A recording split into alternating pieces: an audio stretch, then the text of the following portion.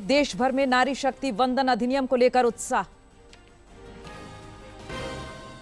राज्य कैबिनेट की बैठक में 53 प्रस्ताव मंजूर। राज्य सरकार और एनएचएम के कर्मचारियों के वेतन खाता को लेकर इंडियन बैंक से एमओयू।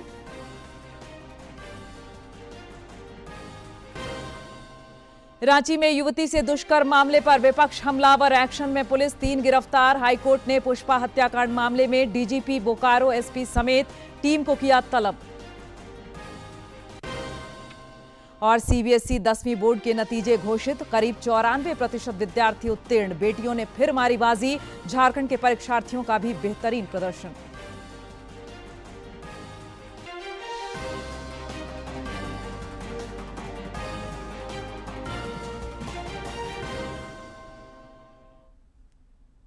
नमस्कार, खबरें झारखंड में आपका स्वागत है। मैं हूं प्रियंका और अब समाचार विस्तार से।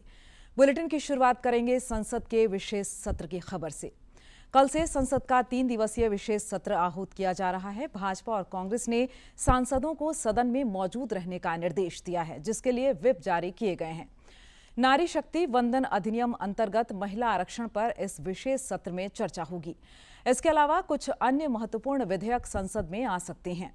संसदीय कार्य मंत्री किरेन रिजिजू ने आश्वस्त कराया है कि महिला आरक्षण विधेयक को लेकर चिंता की कोई बात नहीं है। इस अधिनियम में सभी प्रावधानों पर सावधानीपूर्वक विचार किया गया है। पत्रकारों से बातचीत के क्रम में श्री रिजिजू ने कहा कि जनसंख्या नियंत्रण में जिन राज्यों ने अच्छा प्रदर्शन किया है, उन्हें भी घबराने की जरूरत नहीं है। सरकार ने सभी चीजों पर समग्रता से विचार किया है ताकि किसी भी वर्ग का अहित न हो।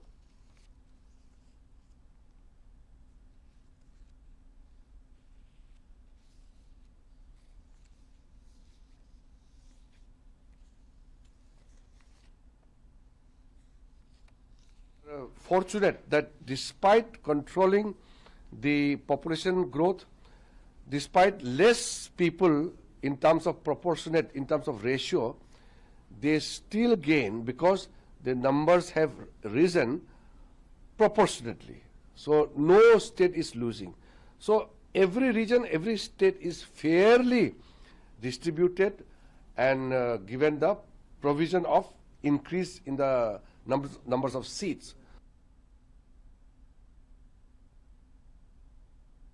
इधर नारी शक्ति वंदन अधिनियम को लेकर राज्य भर में महिलाएं उत्साहित हैं।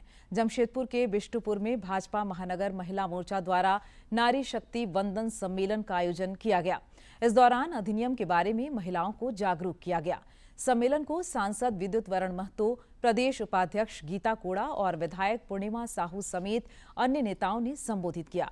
उन्होंने कहा कि यह अधिनियम महिलाओं को निर्णय प्रक्रिया में और सशक्त बनाएगा।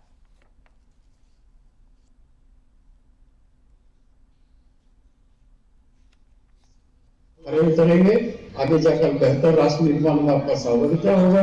बहुत बड़ा प्रयास है महिलाओं, जैसे इसका आप नाम ही देख रहे हैं, नारी शक्ति वंदन अधिनियम, यानी कि नारियों का वंदन करने का। और ये 33% आरक्षण बिल पास हो जाता है तो महिलाओं के लिए बहुत, हम लोगों के लिए नए युग का इसे कह सकते हैं कि इतिहास है, एक मील का पत्थर साबित होगा कि महिलाओं को भी नेतृत्व करने का क्षमता मिलेगा, पंचायत से लेकर के पार्लियामेंट तक। हमारे मोदी जी के नेतृत्व में जो अभी विशेष सत्र आयोजित कर बुलाकर सदन में 16, 17, 18 का विशेष सत्र हम महिलाओं के लिए बुलाया जा रहा है, तो मैं इसे मानती हूँ। हम महिला तो सभी महिलाएं बहुत खुश हैं। अब महिलाएं जो है नीति की सिर्फ लाभुक नहीं बनेगी, नीति की निर्माता बनेंगी। केंद्र सरकार द्वारा लाए जा रहे नारी शक्ति वंदन अधिनियम ने देश की महिलाओं के बीच नई आशा और विश्वास का संचार किया है। गोड्डा जिले में भी इस ऐतिहासिक कदम को लेकर महिलाओं में अपार उत्साह देखा जा रहा है। महिलाओं ने महिला सशक्तिकरण की दिशा में प्रधानमंत्री के प्रयासों की सराहना की है। माताओं बहनों की तरफ से माननीय प्रधानमंत्री जी का आभार व्यक्त करती हूँ, कोटि कोटि आभार व्यक्त करती हूँ, जो उन्होंने संवैधानिक रूप से हमें सशक्त किया है। हमारे निर्णय लेने की प्रक्रिया में महिलाओं की आवाज़ जैसे कि बुलंद होंगी और राजनीति में महिलाओं की भागीदारी बढ़ने की दिशा में एक बड़ा बदलाव होगा। और जैसे कि हमारी महिलाओं को नीति निर्माण में सक्रिय भूमिका निभाने का भी मौका मिलेगा। यह बिल महिलाओं के सशक्तिकरण के लिए बहुत महत्वपूर्ण है। अगर महिलाएं राजनीतिक क्षेत्र में भागीदारी करती हैं तो उससे अपने समाज का भी उत्थान होगा और देश तो नई ऊंचाइयों पर पहुंचेगा ही पहुंचेगा। नरेंद्र भाई मोदी जी ने हम लोगों के लिए नारी शक्ति के लिए नारी शक्ति बंधन अधिनियम लागू करने से बहुत खुशी की बात है कि हमारे नारी शक्ति के अंदर बहुत उल्लास और सबके मन में खुशी है। राज्य भर में नारी शक्ति वंदन अधिनियम को लेकर सभी उत्सुक और उत्साहित हैं। रांची की महिलाओं और युवतियों का भी मानना है कि केंद्र सरकार की यह पहल नारी सशक्तिकरण की दिशा में मील का पत्थर साबित होगा।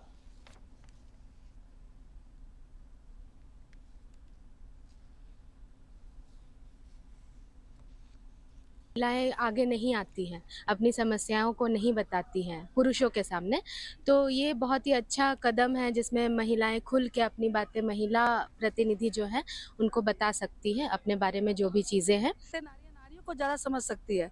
और दूसरा क्या है कि कोई किसी भी तरह का हेजिटेशन नहीं होगा पुरुषों के पास जाने में। किसी तरह का कोई एमएलए या एमपी कोई महिलाएं हो तो महिलाओं के पास जाकर अपनी समस्याओं को कहने में ज़्यादा अच्छा लगेगा, या फिर वो कह सकती है सारी बातों को। हम लोगों को जगह मिल रही है, बहुत अच्छी बात है, क्योंकि ऐसे बहुत सारे मुद्दे हैं अभी भी समाज में स्त्रियों से रिलेटेड जो कि सामने लाना बहुत ज़रूरी है, चाहे वो शिक्षा से रिलेटेड हो, एजुकेशन से या सेफ्टी से रिलेटेड हो। अभी हमारे समाज में सेफ्टी एक बहुत बड़ा मुद्दा है, लड़कियों के लिए, नारियों के लिए, स्त्रियों के लिए, हर जगह बहुत ये सेफ्टी से रिलेटेड बहुत सारे ऐसे टॉपिक्स हैं जिसको पार्लियामेंट में उठाना बहुत ज़्यादा ज़रूरी है।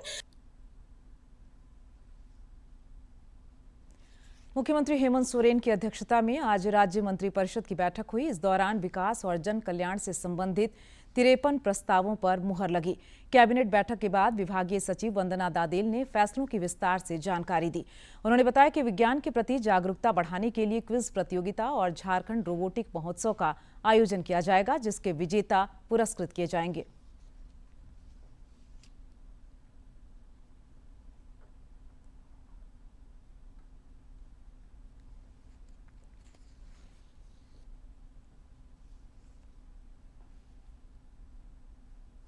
स्तरीय क्विज का आयोजन किया जाएगा। श्रेणी 1 है कक्षा 8 से 10वीं तक के विद्यार्थी। श्रेणी 2 में कक्षा 11वीं 12वीं तथा ITIs होंगे और तीसरी श्रेणी में पॉलिटेक्निक संस्थान के विद्यार्थी हैं। जिन विषयों पर होगा, जैसा हमने कहा, इमर्जिंग टेक्नोलॉजीज यथा रोबोटिक्स पर, internet of things, blockchain, biotechnology या आर्टिफिशियल इंटेलिजेंस, इन विषयों पर आधारित रहेगा। तीनों श्रेणी में प्रथम पुरस्कार 50,000, द्वितीय पुरस्कार 30,000 और तृतीय पुरस्कार 20,000 निर्धारित किया गया है। और इसका मुख्य उद्देश्य है कि आमजन जो है उनका विज्ञान के प्रति जागरूकता पैदा करना, शोध अनुसंधान एवं नवाचार को प्रोत्साहित करना। प्रस्ताव संख्या 2 उच्च एवं तकनीकी शिक्षा विभाग से झारखंड राज्य में संचालित उच्च एवं तकनीकी शिक्षण संस्थाओं में वैज्ञानिक एवं तकनीकी महत्व के विज्ञान, प्रौद्योगिकी, अभियांत्रिकी तथा गणित से संबंधित महत्वपूर्ण दिवस आयोजित करने हेतु sir Gyanendra Chandra Ghosh scheme for celebration of days of scientific and technical importance की स्वीकृति के संबंध में। इसमें वर्तमान में राष्ट्रीय गणित दिवस और राष्ट्रीय विज्ञान दिवस आयोजित करने से संबंधित विस्तृत प्रक्रिया का निर्धारण किया गया है। प्रस्ताव संख्या 3 उच्च एवं तकनीकी शिक्षा विभाग से राज्य में संचालित उच्च एवं तकनीकी शिक्षण संस्थानों में अध्ययनरत विद्यार्थियों के लिए झारखंड रोबोटिक्स फेस्टिवल के आयोजन हेतु योजना की स्वीकृति के संबंध में। ये रोबोटिक्स फेस्टिवल का आयोजन किया जाएगा और इसमें रोबोट्स की श्रेणियां रखी गई हैं। 10 प्रकार की श्रेणी है। प्रथम वर्ष में प्रतिभागियों को ये स्वतंत्रता रहेगी कि किसी भी श्रेणी के रोबोट का डिज़ाइन वो कर सकते हैं और फिर आने वाले वर्षों में ये राज्य द्वारा निर्धारित किया जाएगा जो स्टेट के प्रायोरिटीज़ के अनुसार किस श्रेणी के रोबोट से संबंधित जो है ये फेस्टिवल का आयोजन होगा।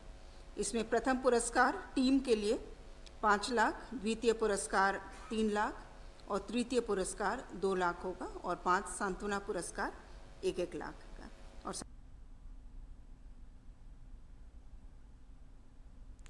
बात करेंगे बिहार की सियासत की। पड़ोसी राज्य बिहार में आज नई सरकार की ताजपोशी हुई। पटना लोक भवन में राज्यपाल सैयद अता हसनैन ने भाजपा के सम्राट चौधरी को मुख्यमंत्री पद की शपथ दिलाई।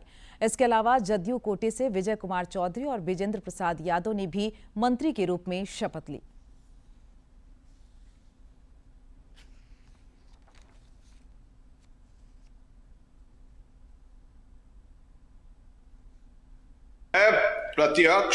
मैं प्रत्यक्ष अथवा अप्रत्यक्ष रूप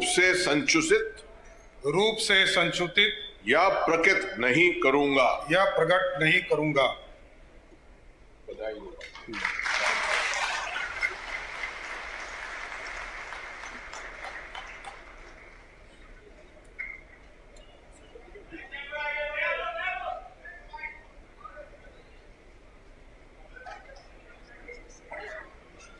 तो ये सीधी तस्वीरें आपको दिखा रहे हैं पटना से लोक भवन से की ये सीधी तस्वीरें, जहां पर अब मुख्यमंत्री पद के रूप में शपथ ले चुके हैं सम्राट चौधरी और इसके साथ ही उन्हें शुभकामनाएं भी दी गई।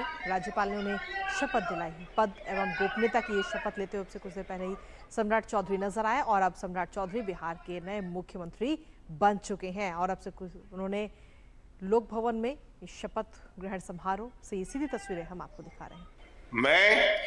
मैं विजय कुमार चौधरी ईश्वर की शपथ लेता हूं कि मैं विधि द्वारा स्थापित भारत के संविधान के प्रति सच्ची श्रद्धा और निष्ठा रखूंगा। मैं भारत की प्रभुता और अखंडता अक्षुण्ण रखूंगा। मैं बिहार राज्य के मंत्री के रूप में अपने कर्तव्यों का श्रद्धापूर्वक और शुद्ध अंतःकरण से निर्वहन करूंगा तथा मैं भय या पक्षपात, अनुराग या द्वेष के बिना सभी प्रकार के लोगों के प्रति संविधान एवं विधि के अनुसार न्याय करूंगा। तो खास बात ये कि इससे पहले नीतीश कुमार वहां पर मुख्यमंत्री थे, उन्होंने अपने पद से इस्तीफा दिया और केंद्र की राजनीति में वो आए और अब बिहार में भारतीय जनता पार्टी के मुख्यमंत्री के तौर पर वो शपथ लेते हुए नजर आए। सम्राट चौधरी भाजपा के पहले मुख्यमंत्री है सम्राट चौधरी बिहार में। मैं विजेंद्र प्रसाद यादव सत्यनिष्ठा से प्रतिज्ञान करता हूं कि जो विषय बिहार राज्य के मंत्री के रूप में मेरे विचार के लिए लाया जाएगा अथवा मुझे ज्ञात होगा, उसे किसी व्यक्ति या व्यक्तियों को तब के सिवाय जबकि ऐसे मंत्री के रूप में अपने कर्तव्यों के सम्यक निर्वहन के लिए ऐसा करना अपेक्षित हो, मैं प्रत्यक्ष अथवा अप्रत्यक्ष रूप से संसूचित या प्रकट नहीं करूंगा।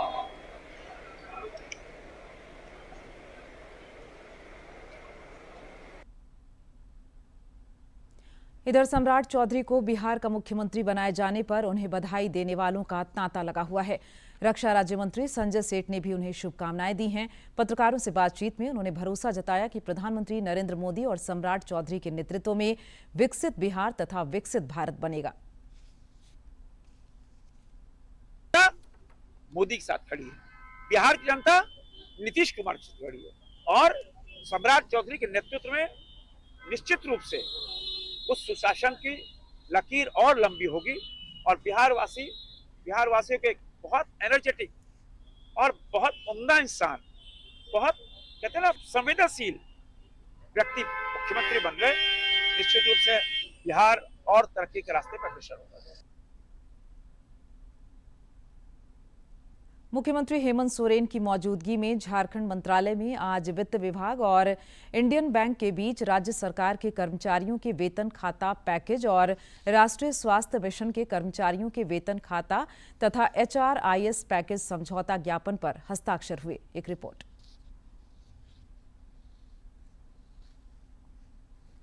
राजधानी रांची में आज राज्य के वित्तीय और प्रशासनिक ढांचे को मजबूती देने की दिशा में एक बड़ा कदम उठाया गया। मुख्यमंत्री हेमंत सोरेन की उपस्थिति में झारखंड सरकार और सार्वजनिक क्षेत्र के प्रतिष्ठित इंडियन बैंक ने 2 अलग-अलग समझौतों पर हस्ताक्षर किए। सभी क्षेत्रों में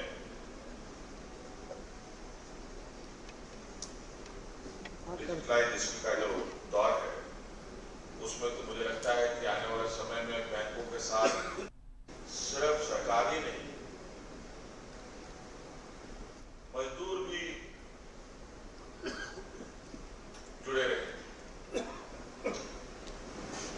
स्थिति में बैंकों की भी बहुत बड़ी जिम्मेवारी होती है। कार्यक्रम के दौरान वित्तीय बारीकियों पर चर्चा करते हुए वित्त मंत्री राधाकृष्ण किशोर ने इस संबंध के बदलते स्वरूप पर जोर दिया।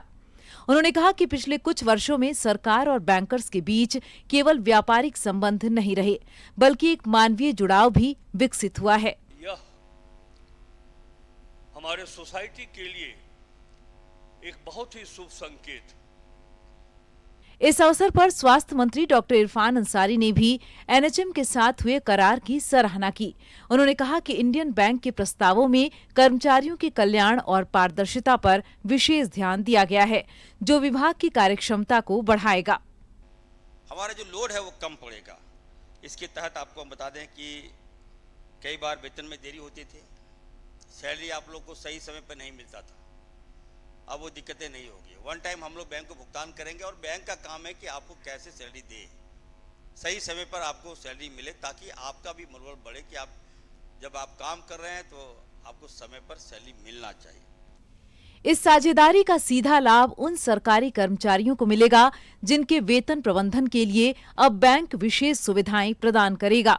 इंडियन बैंक के साथ हुई यह साझेदारी राज्य के बैंकिंग पारिस्थितिकी तंत्र में एक नया अध्याय जोड़ेगी। डीडी न्यूज ब्यूरो से सूरज की रिपोर्ट। रांची के लालपुर थाना क्षेत्र में एक मेडिकल ग्रेजुएट छात्रा के साथ दुष्कर्म का मामला सामने आने के बाद भाजपा हमलावर है। भाजपा के प्रदेश प्रवक्ता अजय शाह ने पीड़िता से मुलाकात कर सरकार को घेरा और दोषियों की गिरफ्तारी की मांग की। वर्तमान सरकार में, हेमंत सोरेन जी की सरकार में जो व्यवस्था बन चुकी है वो ऐसी व्यवस्था है कि जहां पर रेप जैसे अपराध होने के बाद भी कोई मेडिकल ग्रेजुएट, शहर में पढ़ने वाली बच्ची जो कि पूरे अपने राइट्स के लिए अवेयर है, वह पुलिस थाने जाने से भी डर रही है, क्योंकि उसके मन में यह भय है कि हमें जो है न्याय मिलेगा नहीं मिलेगा, हमारा एफआईआर दर्ज होगा या फिर एफआईआर दर्ज नहीं होगा। यह व्यवस्था इन्होंने जो है बना दी है। अब यहाँ पर जो मेन रेप एक्यूज्ड है वो दानिश है, जिसको पुलिस ने गिरफ्तार कर लिया है। परंतु इस पूरे प्रकरण में जो और दो मुस्लिम लड़के हैं, फवाद और शादाब, इन दोनों की भूमिका बहुत संदिग्ध है।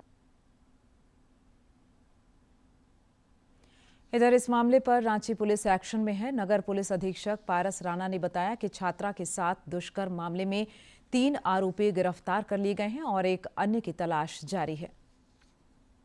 13 तारीख को सुबह सुबह जो महिला हैं उनको वो थोड़ी स्थिर कंडीशन में थी, उनसे उनका बयान लिया गया और उसके बयान के आधार पर रांची पुलिस के द्वारा इसमें एफआईआर दर्ज की गई। जब इसमें एफआईआर जब ये दर्ज की गई तो ये पाया कि जो मेन एक्यूज्ड और उनके जो साथी हैं वो रांची से भागने की कोशिश कर रहे हैं और उनको इंटरसेप्ट करके बंगाल से उनको गिरफ्तार किया गया। पुष्पा हत्याकांड में जांच की धीमी रफ्तार से झारखंड हाईकोर्ट नाराज है।